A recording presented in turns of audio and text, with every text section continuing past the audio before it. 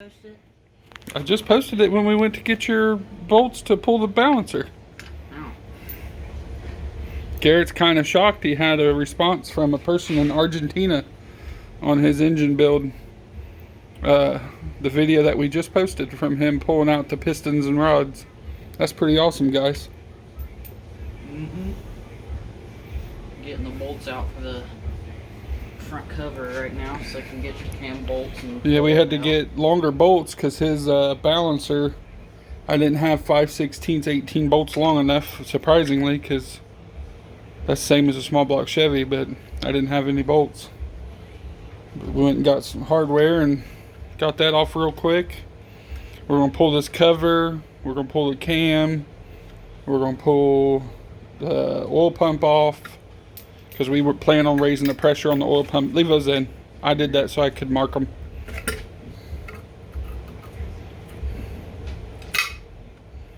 Huh. I got a new cover for it too. A new seal. Those in there. So we can pull the.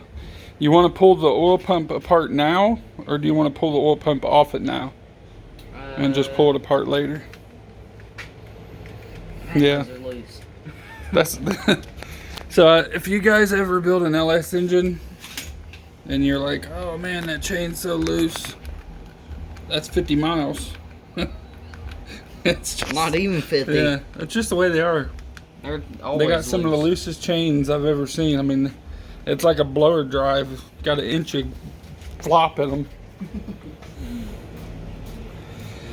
Alright, I'm going to cut this off here, cut it short. I got to charge my phone for a little while, and then we'll come back before we check the thrust on the crank. But I don't expect this crank to be bad.